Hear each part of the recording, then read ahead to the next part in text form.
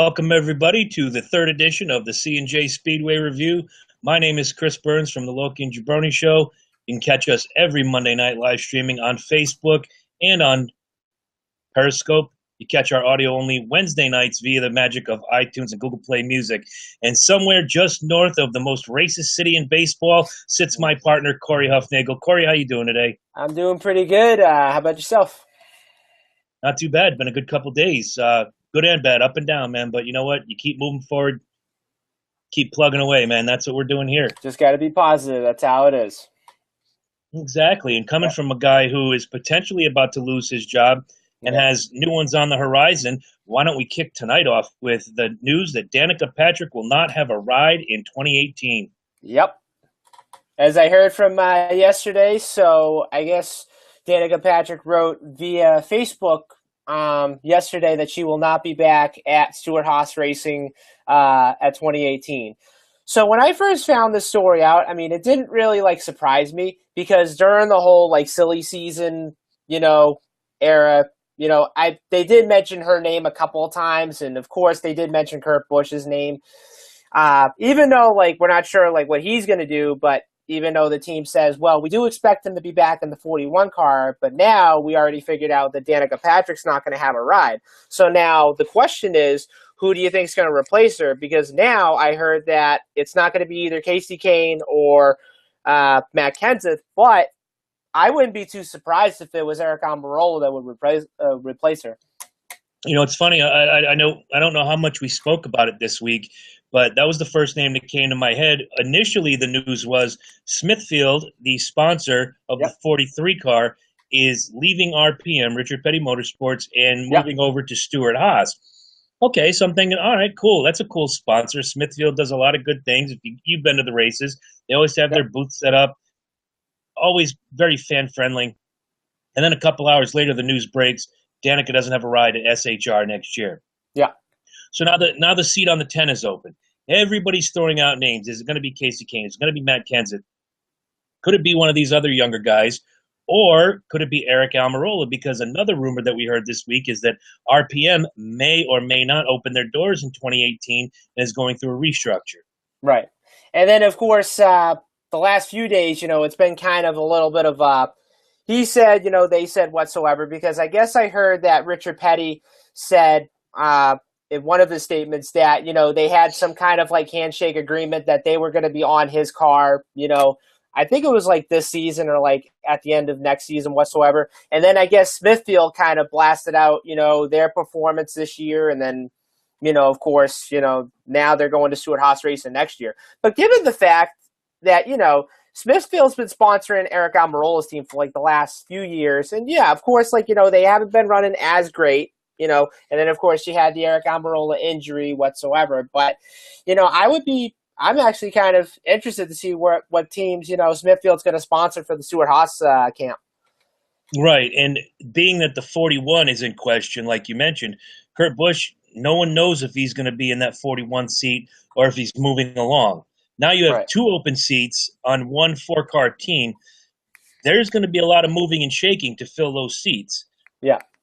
Again, a lot of the names at the top of the list, Casey Kane's out of a ride. Matt Kenseth is out of a ride. Some of the lower-end guys, I've heard names such as Cole Custer, Bubba Wallace. But then didn't Bubba Wallace just get a seat recently? Yeah. Well, he was running Eric Almirola's car for a little while. I think he ran probably 4 races or so. And then, not to mention, he ran the truck race, and I think it was for MDM Motorsports.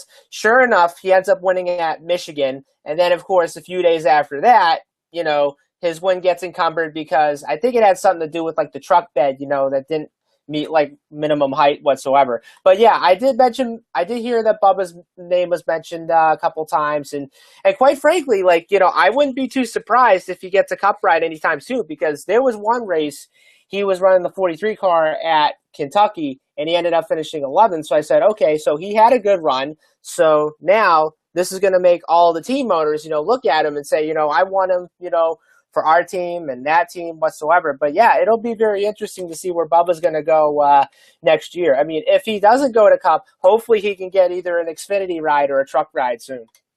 which shouldn't be a problem for him. He's got all the talent in the world. Yeah. And going back from this drive for diversity that NASCAR has been doing, to have a young African-American male on the highest level, Cripes, he's got all the talent in the world. I don't know how many times I can say it. He's bound to find a ride. My problem is I'd hate to see him go to an underfunded team and have to battle his way up. Because, look, we all can sit here and marvel at the – I don't even want to say antics. We can marvel at the wonderment of Martin Truex Jr., but let's be honest, that Denver Mattress team has been underfunded for years. Right. The 78 hasn't always had the greatest drivers in it. Yes, they've had great drivers, but not the greatest. Right.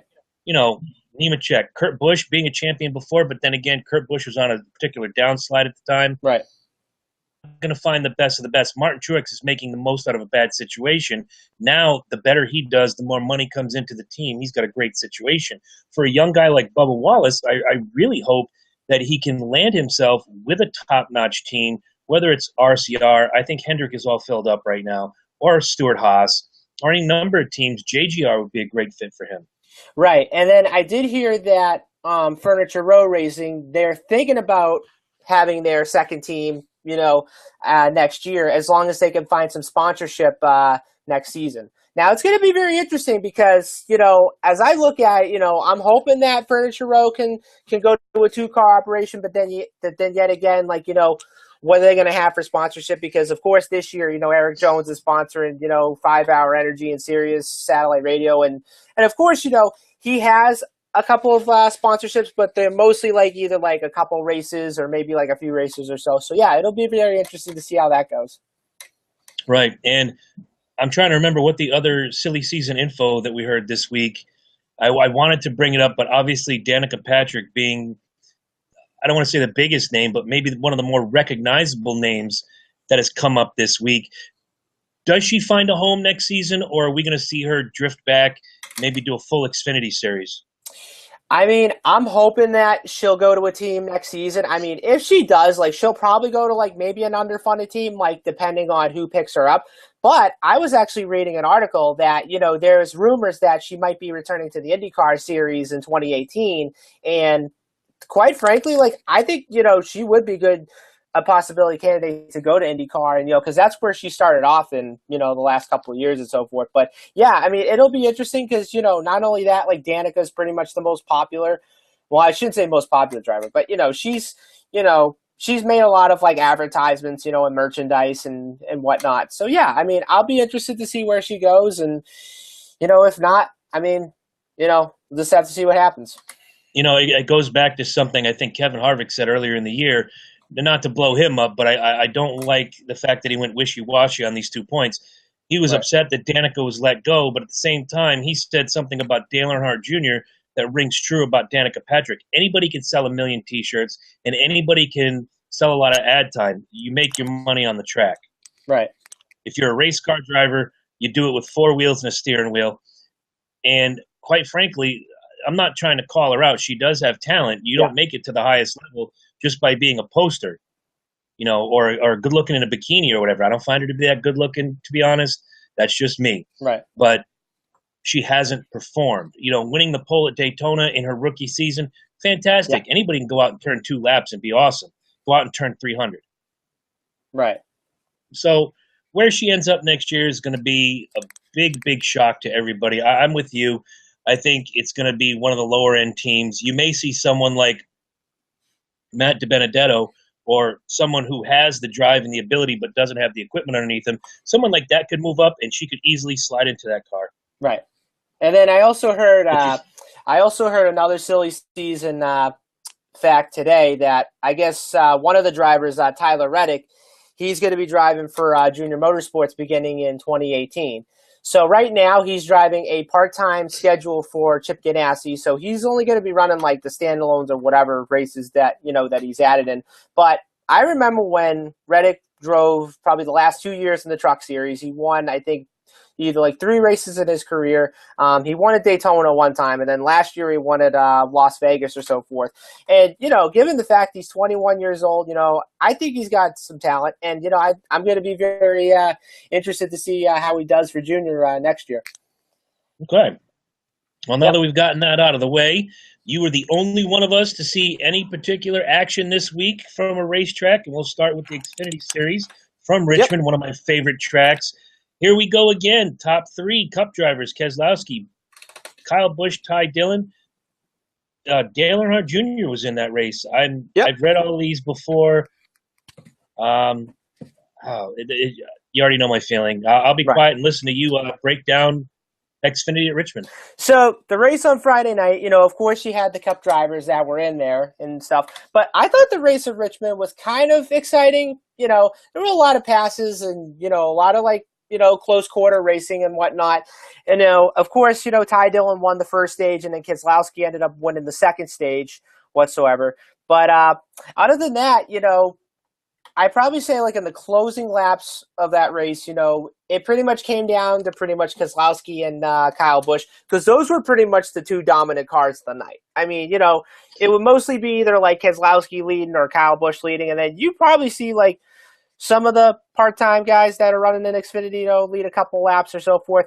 But other than that, Brad Keselowski ended up winning. And then, of course, I think Kyle Busch ended up using all of his 10 races. So he's pretty much done for this season until he gets to 100 next year or so. Okay.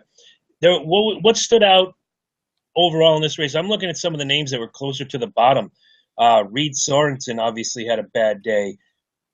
Going up a little higher, Brandon Brown didn't have the best day at 27th. Casey Mears, another Cup regular, 25th. Dylan Lupton, 24th. Gone, 21st. Yaley, 20th. This seems like there was a lot of bad luck for a lot of very good Xfinity drivers. Right.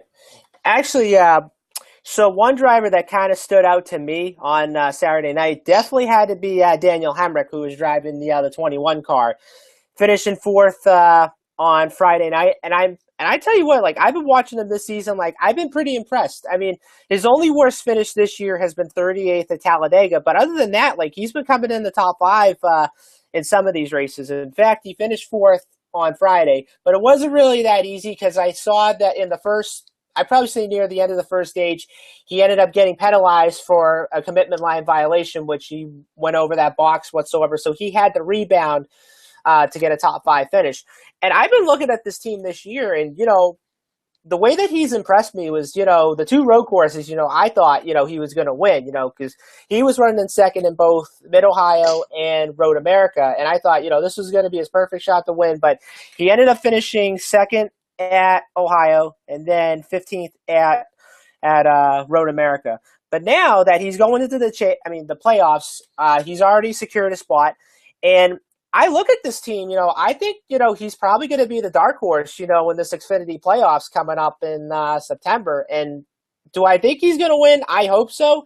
It's just that, they just have to start running better, and they got to start running near the front, and they have to lead laps, and pretty much close the deal, by the winning races. Because pretty much, you're basically, you can't advance, based on points. Because now with this whole, winning your in deal and then the whole playoffs, you have to win to advance to the next round. And hopefully, I'm just hoping that, Hemrick could win a race, if not, hopefully he can advance to the Final Four. Right. And now with the playoffs set, I believe Xfinity is set now, isn't it? No, after Chicago.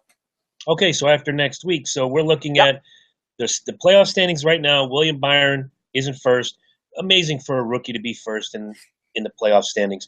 Allgaier second, Ryan Reed third, Jeremy Clements fourth, Elliott Sadler fifth, Daniel Hemrick sixth, Brennan Poole seventh, Cole Custer 8, Matt Tiff 9, Blake Cook 10th, Michael Annett 11, Brendan Gaughan 12, and here comes the line that everybody's fighting for: Dakota Armstrong, J.J. Yeley, Ross Chastain, Ryan Sieg, and Brandon Jones. They're the only 5 available drivers that can beat that cutoff going forward.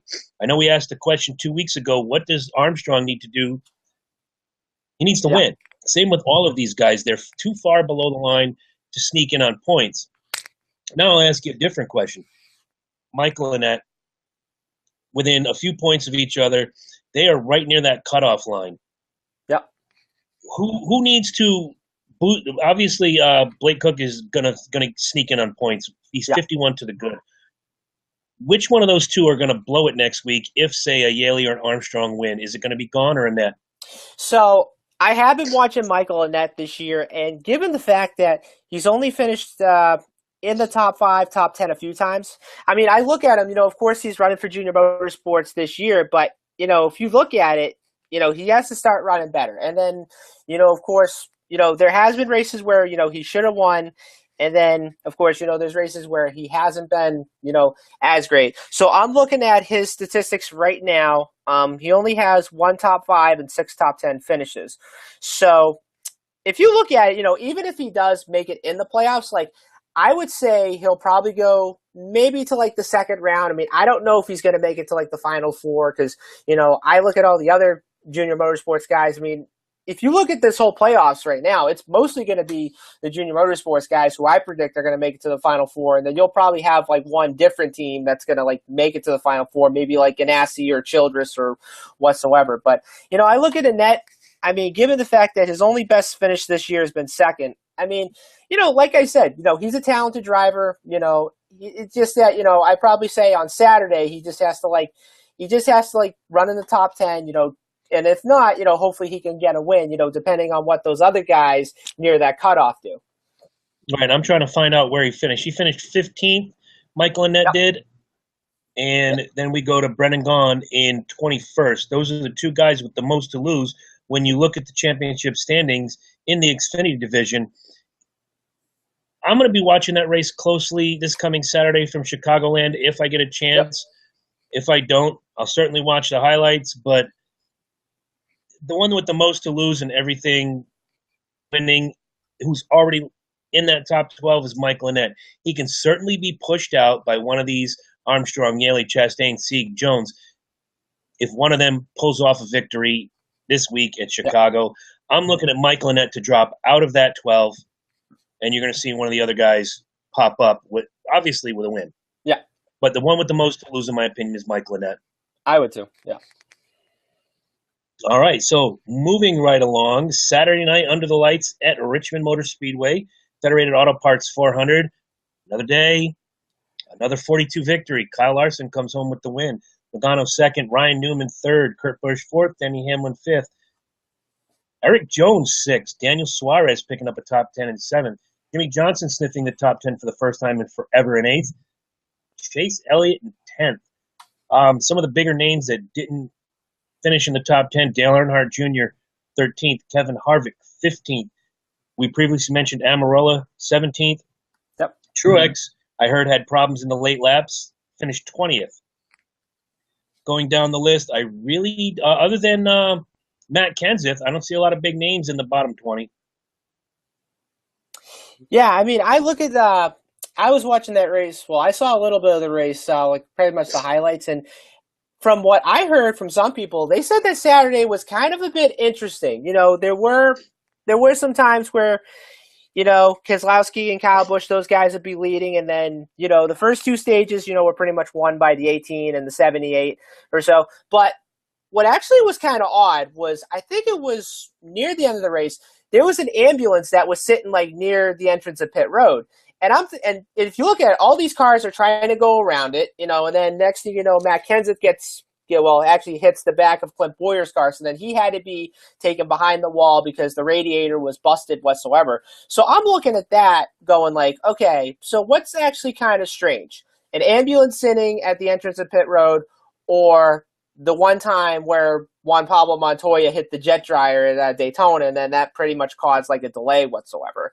And then I guess there were some people that were saying that, NASCAR kind of got it half right with like the cautions and whatsoever. But there was actually one part near the end of the race where Martin Truex Jr. was leading. And then there was a caution that came out with 3 laps to go when Derek Cope probably hit the wall. And then, NASCAR decided, well, should we throw out the caution?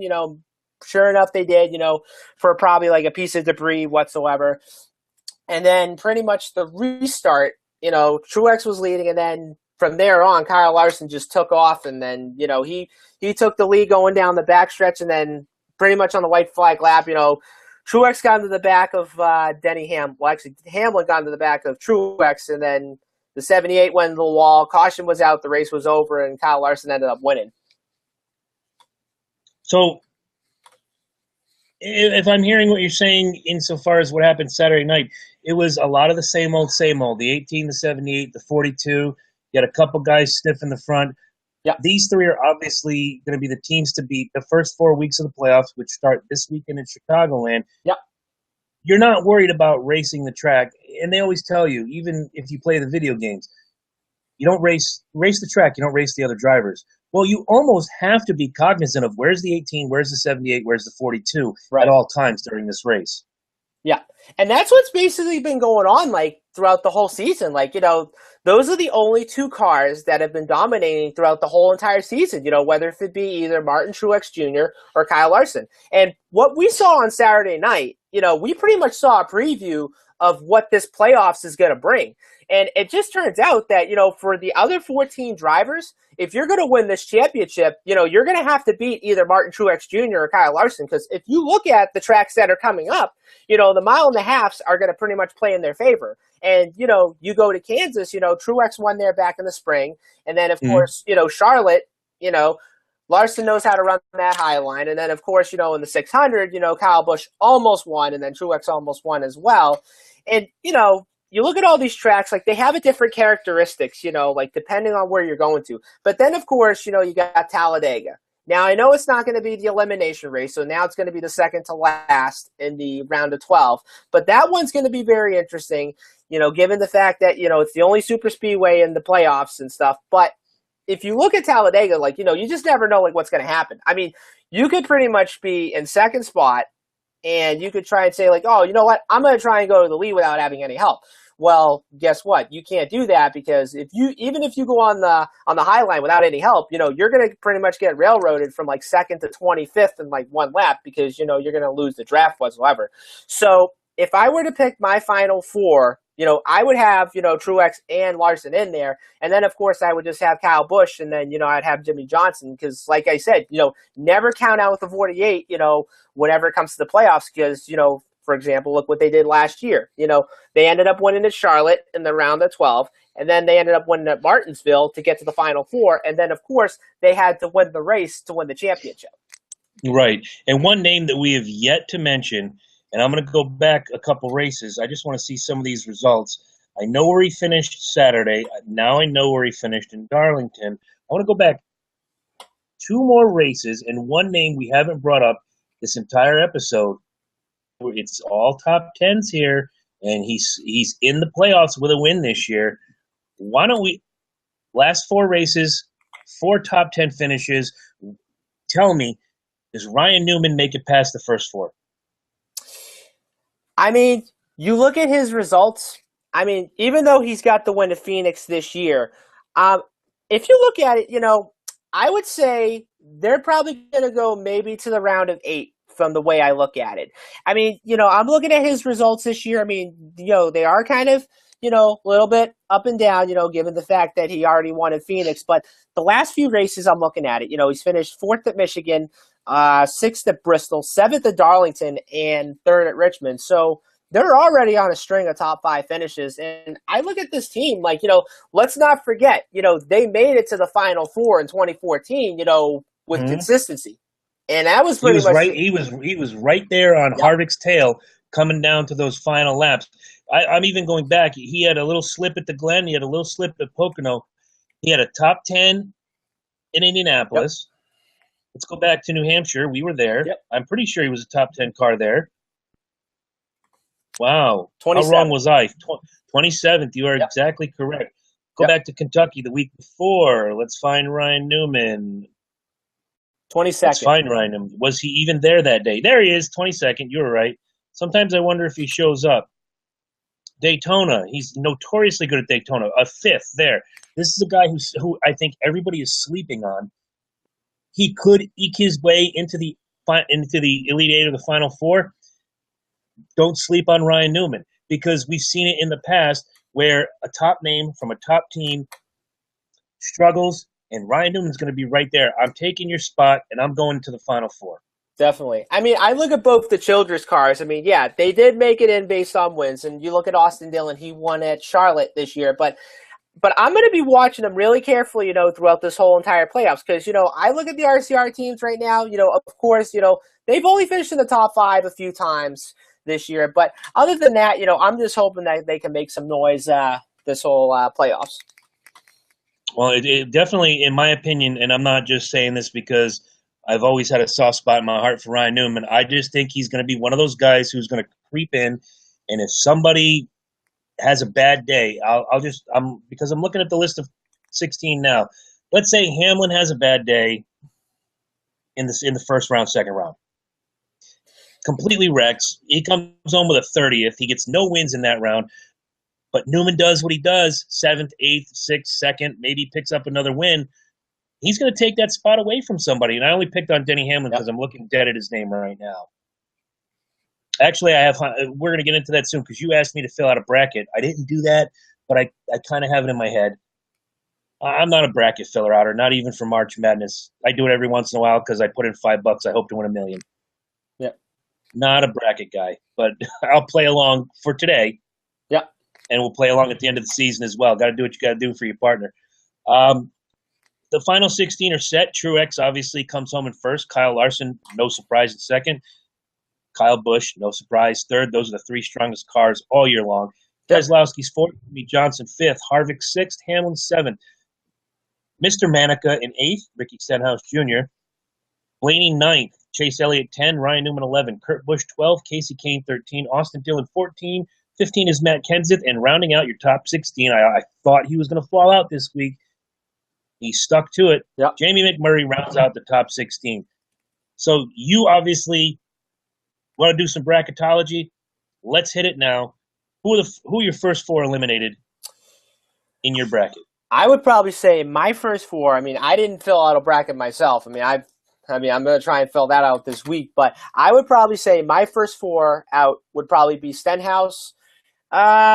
Pretty much, Stenhouse, Casey Kane, Kurt Busch, and pretty much, I would say, Austin Dillon. That pretty much mirrors mine.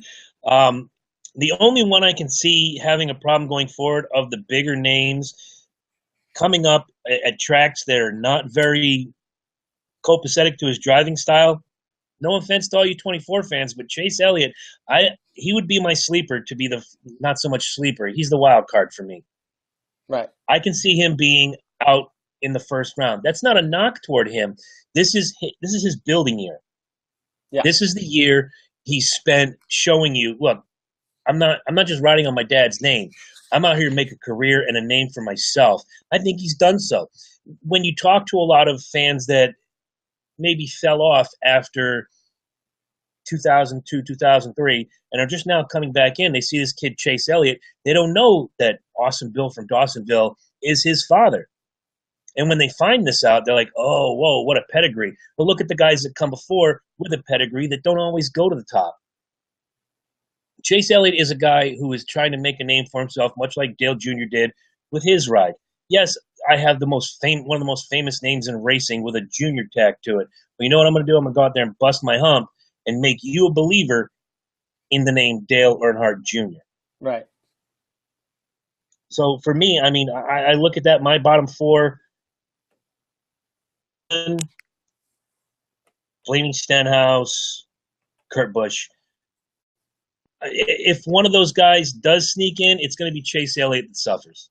Yeah. I would probably say, Elliott will probably sneak in maybe to like the round of 12 or so. But, I'm looking at, the 200 guys that did make it into the playoffs, the 48 and the 24. They were pretty much, the ones to watch like at the start of the season, but then throughout the summer, they just started like fading back. And then of course, the 48, they always fade back during the summer. And, and that kind of questions me too. I'm thinking like, why is Jimmy Johnson's team good at the start of the year? But then of course, they're just like, then you never hear from them, in the summertime whatsoever. But then, of course, you go to the playoffs, and, they're pretty much the ones that are the beat.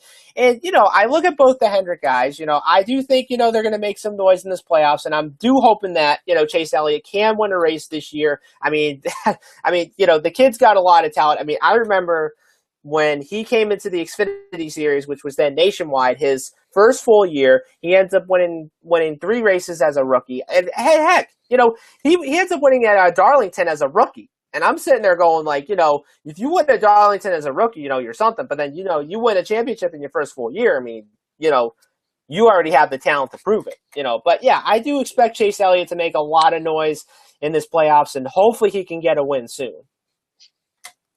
Exactly. And, again, like you just said, you're hoping he gets a win. You're hoping he gets a win. And I know there's a lot of fans of Chase Elliott who are bleedovers from the old 24 of Jeff Gordon who want this kid to win in such a big way. Right. I know that everybody felt the same way last year with Kyle Larson. It's not a question of if, it's a question of when. He's got the skills. We've seen Chase Elliott be the bridesmaid how many times this year? And usually it's behind the 42. I'm not sure he's going to pick up his first win this year. I have this, and maybe it's me sometimes drinking too much, watching too many documentaries, ghost stories, or conspiracy theories. My grand opinion is, come Daytona in February, Chase Elliott's taking the Harley Earl Trophy. I think so, too. And, he's been pretty good on the super speedways the last 2 years. And, I mean, heck, you think about Daytona, he was only, I think, 4 laps away from winning the 500, and then he ended up running out of gas. And, what I remember that weekend, he was pretty much the dominant car throughout the whole entire Speed Weeks. I mean, just think about it. He won the pole for the 500. He won one of the Thursday qualifying races, and then the 500, he was dominant. And then, like I said, he was 4 laps away from winning the 500 until he ran out of gas with 4 laps to go. And, I pretty much felt bad for him after that. But I would probably say that, even though we're going to Talladega in a couple of weeks, I would think that, Chase Elliott could be the dark horse, when it comes to super speedway racing. Because like I said, he ran pretty well at Daytona and Talladega this year, and then, of course, Talladega back in the spring, he was in the top 5 until he got caught up in a big wreck with probably, I'd say, a couple laps to go whatsoever. Right. Really crazy question off the cuff. Most disappointing name to not make the playoffs that isn't named Dale Earnhardt Jr. I would say Logano. I will agree with you. Even though he finished second that night, guess what? Second place is not going to get you anywhere in the playoffs. I mean, heck, he was pretty much 100 points out of 16th. And, and I pretty much said last week, I said, if Logano ends up winning at Richmond, I think that's probably going to be the biggest redemption story of the year. Because if you think about it, he won the spring race there until he had the big points penalty, and then of course the win was encumbered and all that other stuff in between. And Logano had a good car that on Saturday. He could have won. If that caution didn't come out like near the end. But yeah, I mean, like I said, now that Logano's out, I think he's probably going to win a couple races, like before the season's over, and he's going to look back and say, we could have made the playoffs if that points penalty at Richmond never happened. Right. I'll give you that. In my estimation, Logano last year and Logano this year are night and day. Logano last year went out, and every time you thought he was done, he came up big in the first 26, won himself a couple races. He gets into the playoffs. He's just amazing. Yep. This year, amazing, and Joey Logano go together about as much as peanut butter and cat piss. They just don't go together. Right.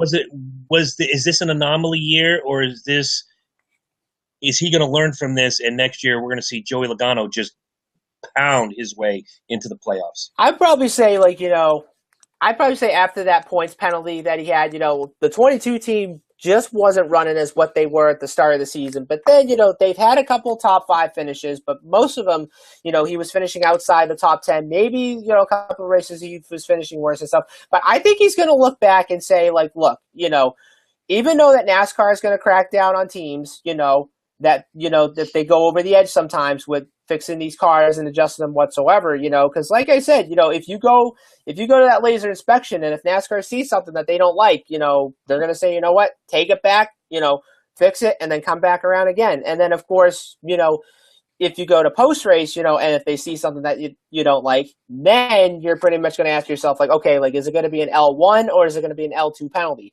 So then, of course, like, if it's an L1, like, if something in the car was illegal or if there was, unsecured lug nuts whatsoever, like, then you're pretty much going to say, like, okay, now, we're going to have to pay a fine, we're going to have to give away points, our win or top five whatsoever is going to be encumbered. And then, of course, the crew chief will probably be suspended for like maybe 2 weeks, 3 weeks or so. But yeah, I mean, I'd probably say Logano will come back next year, and I think he's going to run a lot better than what he did this year. All right, another interesting question I had for you is I'm looking over the playoff grid. Obviously, every year the Hendrick team is amazingly dominant. They put 3 of 4 cars into the playoffs this year, but when you look, there's only one name that stands out, and that's the 7-time champion Jimmy Johnson. And even he is not racing like Jimmy Johnson in capital letters. You're seeing and hearing a lot less Jimmy Johnson this year. You're hearing a lot more Chase Elliott. Casey Kane is an afterthought. That win, even though he earned it, let's be honest, you don't win a race like that and not earn it. Right. Is Hendrick on a downslide?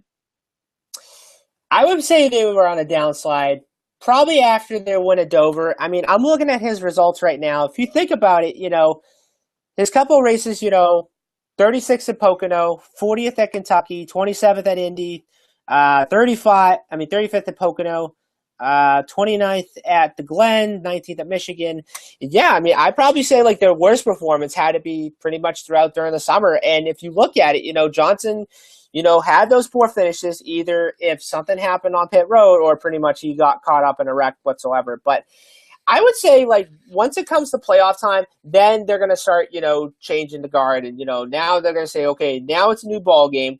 We have to win a race to advance to the next round because, like I said, you're not going to make it in based on points because, you just never know where you're going to be. I mean, heck, we saw last year at Talladega where Denny Hamlin made it into the final 8 based on a tie. And, and sometimes, it could come down to that, if you think about it. And some of those finishes you just rattled off, swig a beer to them because those were some of the best days of my life.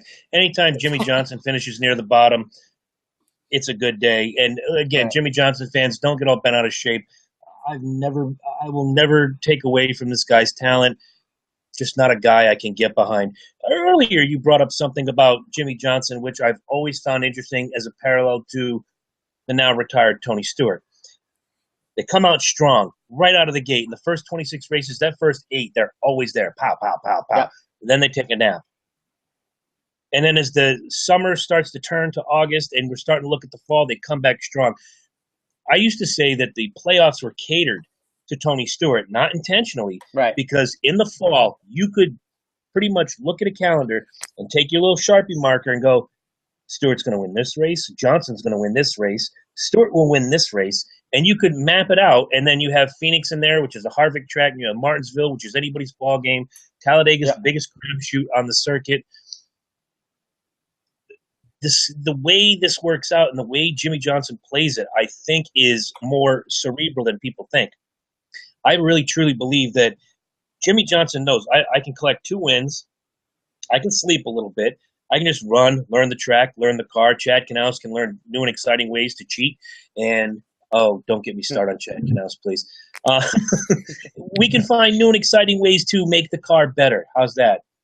So I don't piss off the 48 contingent. And then you get into crunch time. I'm going to collect another win or 2. I'm going to help my position in the bracket.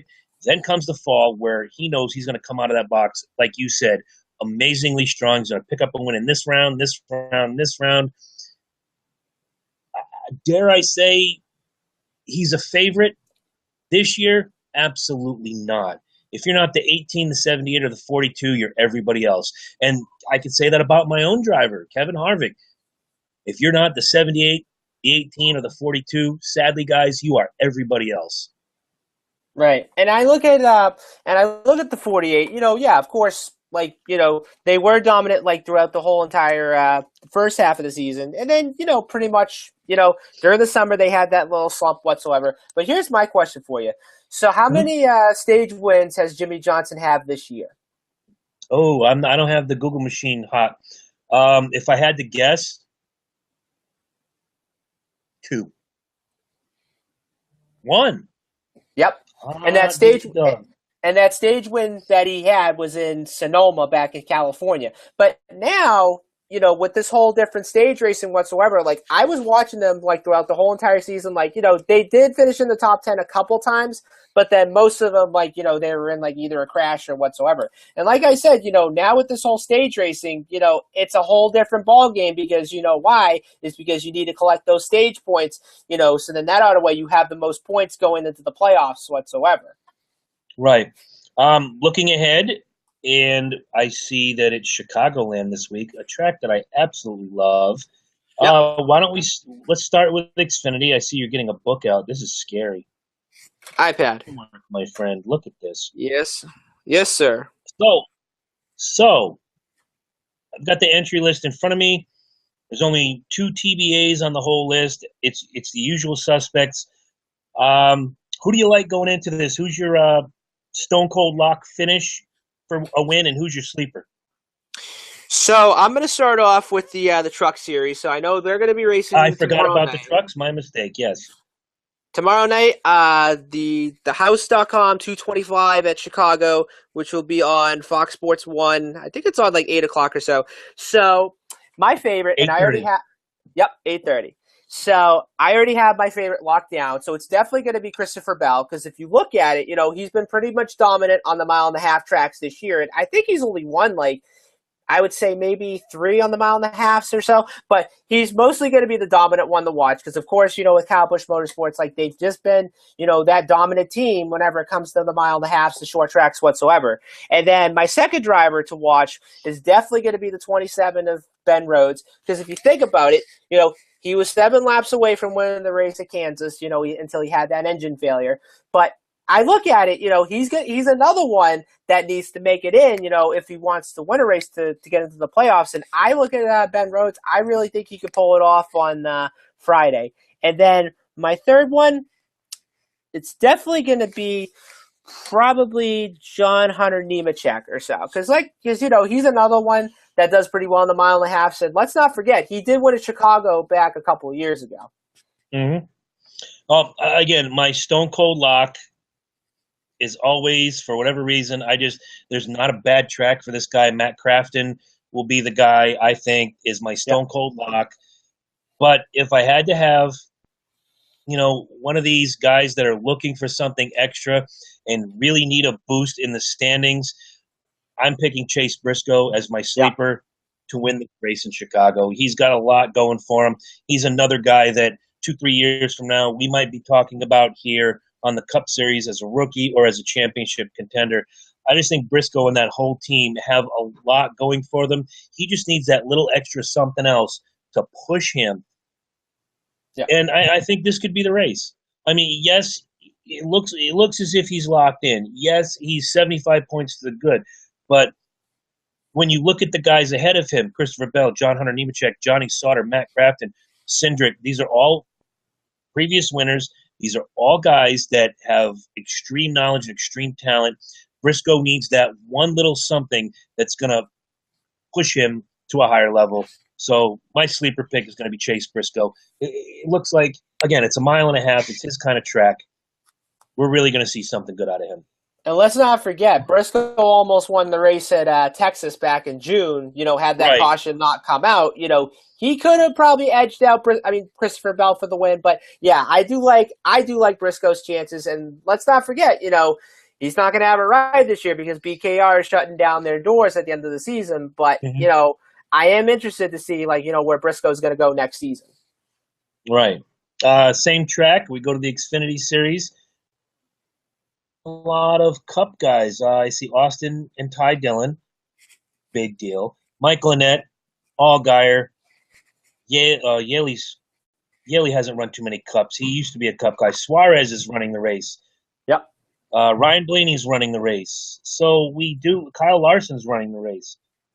So we do have a lot of Cup guys that are going down and are going to have a little fun in the Xfinity race coming up in Chicago. Give me your stone cold lock and your sleeper. So I obviously on Saturday, of course, Kyle Larson's definitely going to be the favorite because, he's had a dominant year in the Xfinity Series. I think he's only won 3 races, so he's going to be my stone cold pick.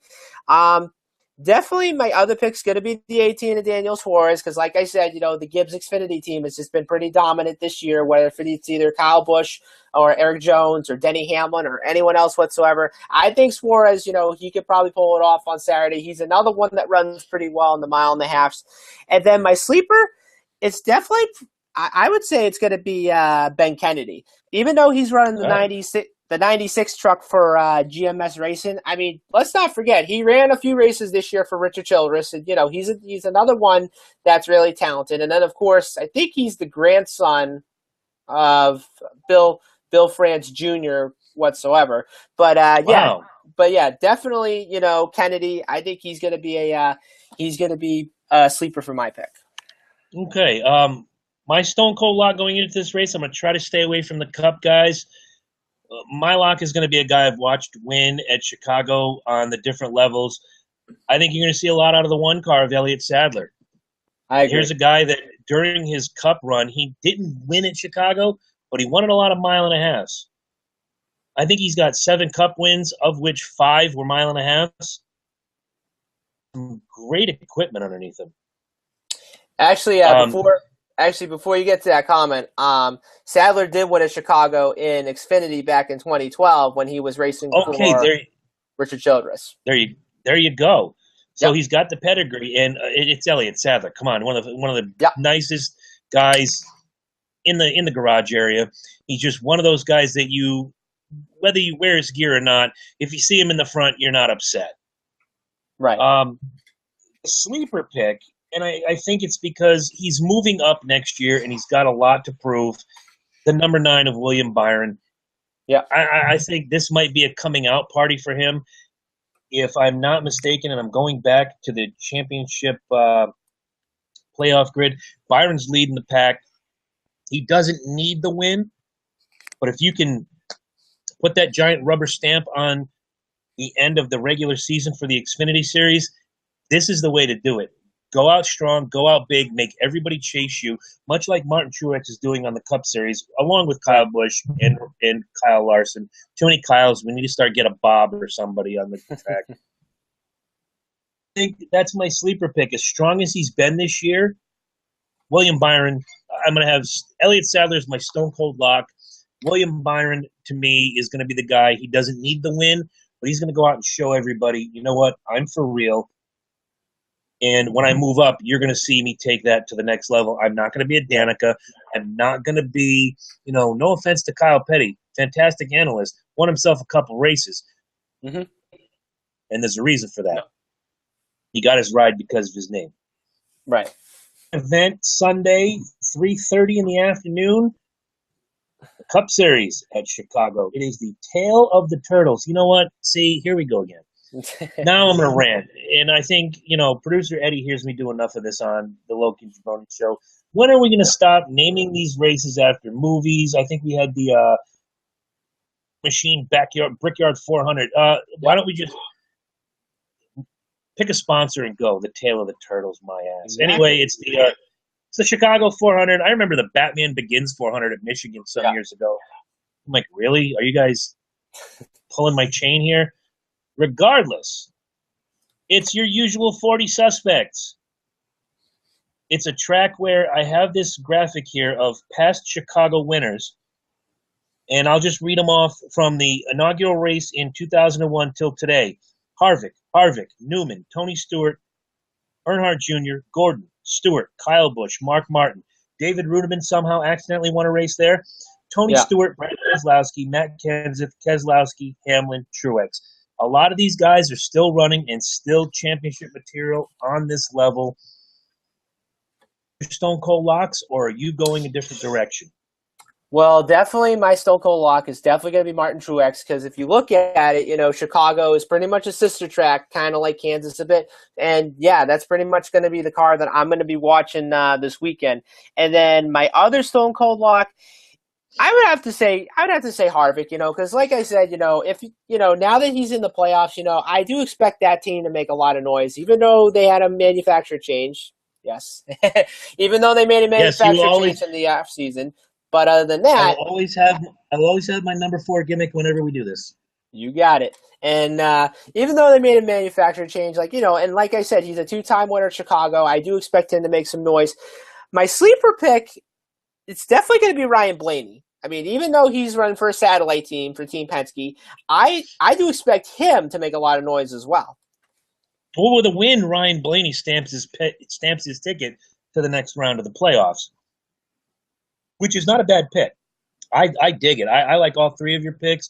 I kind of went a different direction. My Stone Cold lock is going to be, once again, that 42 of Kyle Larson. Yeah. Again, the 78, it's easy for me to pick the 78. It's easy for everybody, and I'm not picking on you. Right. But every Sunday, with the exception of the 2 road courses, I don't know if Martin Truex has ever won on a road course. If he has, congratulations to you. Yeah. But every Sunday, the 78's a favorite, the 18's a favorite, the 42's a favorite. Am I going easy on this one? You're darn right I am. Yeah. My other Stone Cold lock for this race is the 20 of Matt Kenseth. Yeah. Always good, whether he starts at the front, the rear, he has car problems, his ass could be on fire. He's always going to be right there in the thick of things. As far as a sleeper, Joey Logano. Yeah.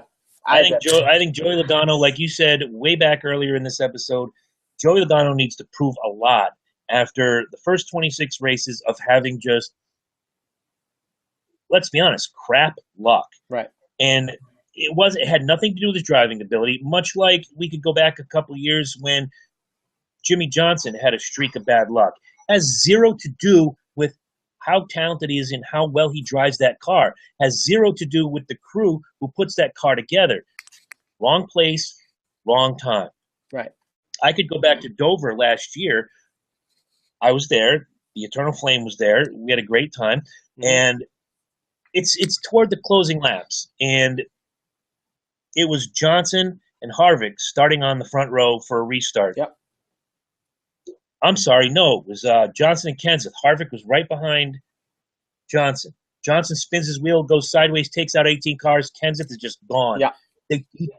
Johnson inadvertently took out every contender in that race, and it came down to Matt Kenseth and, I don't want to say lower guys, but a couple middle-of-the-road race car drivers.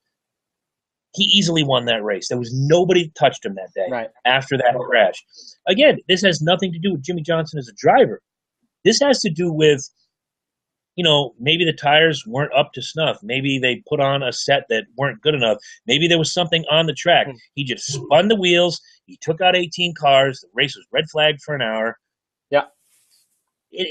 But he had a downward spiral. I think Joey Logano is young enough and talented enough that his downward spiral is not going to last forever. Right. He's had quite the crappy season.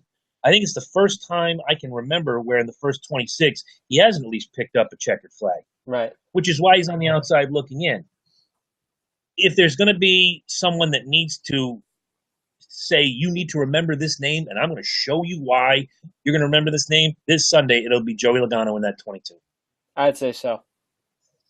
Also, I got to ask you this one question. So, sure. So, did you see, what was it, after the race on Saturday night, I guess they handed Martin Truex Jr. the regular season championship trophy.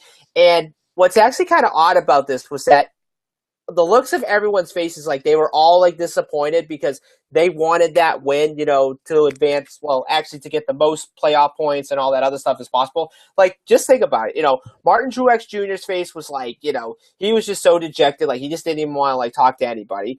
Cole Pern's face pretty much looked like, he pretty much had like candy taken away from him. And then Barney Visser's face looked like he wanted to punch somebody, But, I think that was kind of odd, But then yet again, like, I would have just handed them like the regular season championship trophy on like a much more better circumstances. But, I did understand, like, Truex, was frustrated that he lost. Of course, like he didn't want that late caution to come out near the end. But, under all circumstances, NASCAR had to throw out the caution just to make sure, just in case whatsoever. And then what's actually kind of funny was that when Derek Hope ended up crashing or whatever, caused a piece of debris on the racetrack near the end of the race, I guess he was let go from the race team just a few days ago. Well, Derek Cope shouldn't have a job anyway. That's just my opinion. He hasn't been a force. He's another one. He's a field filler. I'm sure there's a guy somewhere in the truck series that can move up to the Xfinity or from the Xfinity to the Cup and could take that space a lot better than 904-year-old Derek Cope. Right. To answer your question about Martin Truex and the regular season championship trophy, someone take a moment and tweet Matt Ryan and ask him what he'd rather hold, the NFC championship or the Super Bowl trophy. I think the regular season championship is great. I like that they do that now. They're rewarding that first 26. But the goal is, especially in an individualistic sport as NASCAR is, that regular season trophy, maybe you do that at the awards presentation in Vegas in December. Yeah, I agree. Or wherever they're holding it now. Don't do it after a race, and don't do it especially after a race where you had such bad luck in the late stages when, from all accounts and everything I've read and seen in the highlights, Truex was a dominant car that night. Yeah. Your night ends, your car is mangled. Oh, by the way, here's a trophy. Participation trophy to me. Hold that to the end of the season. It is something to hold special. It is something to hold dear. But to do it right after a race where you had such poor luck, bad timing on NASCAR's part. Yeah, I agree. But congratulations to Martin Truex Jr. for being the regular season champion. MTJ. My daughter's a big 78 fan, so yeah. I gotta kind of root for him. So tell me something you're excited about for next week, and then we'll close this night out. We throw something out there. Well, I'm excited that the playoffs are going to be starting this Sunday with the Cup Series, and then of course next weekend you got the Xfinity and the Truck Series in between. What I'm going to be very interested on is I'm going to be interested with all these drivers that are going to be in these playoffs. You know, I'm just interested to see who advances, who goes to the Final Four, and then who ends up winning the championship. I look on the Xfinity side. I really think it's going to be an all Junior Motorsports Final Four. Well, you'll probably have 3 of the Junior Motorsports guys in the Final Four, and then you'll have like one other team from like Childress or Ganassi whatsoever. But then that Cup side, you know, that one's going to be the one that's going to be very interesting the most. I mean, yeah, can Jimmy Johnson get his 8th championship? Maybe, you know, depending on if his luck goes around whatsoever. And, you know, like I said again, like, you know, will the 78 and the 42 make it to the Final Four? I think so, in my opinion. But who do you think wins the championship at Homestead? I mean, if I would have to pick one, I would have to say Martin Truex Jr. by about a slim margin. You know, I do like Kyle Larson's chances of winning. You know, it's just that they haven't been running as great as what the 78 has been doing. I mean, quite frankly, like I would say they'd just be running equal. And then of course the truck series, you know, that one's going to be another one that'll be interesting as well. Even though it's going to be 2 drivers that'll be eliminated, and it's going to be like 8 drivers that compete in that playoff series, that one's going to be very interesting to me. I do believe that Christopher Bell is going to make it to the Final Four, and I think, you know, this is his year to win the championship. I know last year he almost won. You know, he had some BS problem that happened like near the end of the race last year. But I really think, you know, this is Bell's chance to win the championship, because I look at the playoff races on the truck side. You know, the 1.5 miles are definitely going to play in his favor. Okay. For me, it's Chicago. It's high speeds. It's 1.5 miles. It's at times a fuel mileage race. It's gonna come down to whose team is smarter than the other one. I'm going to go a different route. I think the 42 is going to edge the 78. Again, as much as that's going to piss a certain young lady off, she wants to see her driver win a championship. I personally think this is the year of Kyle Larson. He's come out. You can have all the stage wins you want. Yeah, Kyle Larson is the consistent. He's the A game right now. Yeah, he really is. Past that, just going to be a great weekend of racing. And for those of you that don't know, once the Facebook page is built for J Speedway Review, that young gentleman across the screen from me is probably going to do some live feeds September 23rd. If I'm getting my date right. Yep, September 23rd, 1:30 p.m. Eastern, live on Fox Sports 1. But he will be live on Facebook from the University of Northern Ohio 175 at New Hampshire Motor Speedway, the Truck Series. Yeah. I just got my Didn't get cup tickets? No, I usually go to the races on Saturdays because, we actually did like the Sunday races before, and I pretty much learned that lesson the hard way. Like, if you think about it, like, you go there on Sunday, yeah, it's going to be a tough time getting out of the parking lots whatsoever, comparing to if you go on Saturday, you park in, it's free all day, whatever it is, you just park anywhere, and then, you'll probably have like a little bit of traffic going out, but other than that, like, it's not too bad. Like, you'll be out of the speedway in like probably like 10 minutes or so. But yeah, I'm really interested to see, what the truck series is going to have. And not to mention, this is going to be the first race in the truck playoffs next weekend or so. But, of course, it's going to suck that, NASCAR is going to have one race at New Hampshire next year. But, like I said, you just have to like do what NASCAR has to do, and just have to like move on, because like I said, there's been a couple of racetracks where they've had two races, and then some of them they had to do one, and that's how the way it goes. You play with the cards that are dealt, and hopefully one of you, either you or producer Eddie, will remind me to build that beautiful bean footage and have the C&J Speedway review live on Facebook. We'll also start a Twitter campaign, which Corey will give you the information, and you'll be able to tweet just as well as I will. Going forward, your help is always necessary. If you saw at the beginning of the broadcast, when this is finally edited, how you can donate is through www.patreon.com/Loki and Jabroni. That's the flagship show of this Focus Digital Network. Any dollar you put in goes right back into production values to help us grow. My name is Jabroni. We will see you next week with our breakdown of Chicago, and moving forward to New Hampshire, our preview. Corey, you have a great night. You too. Thank you.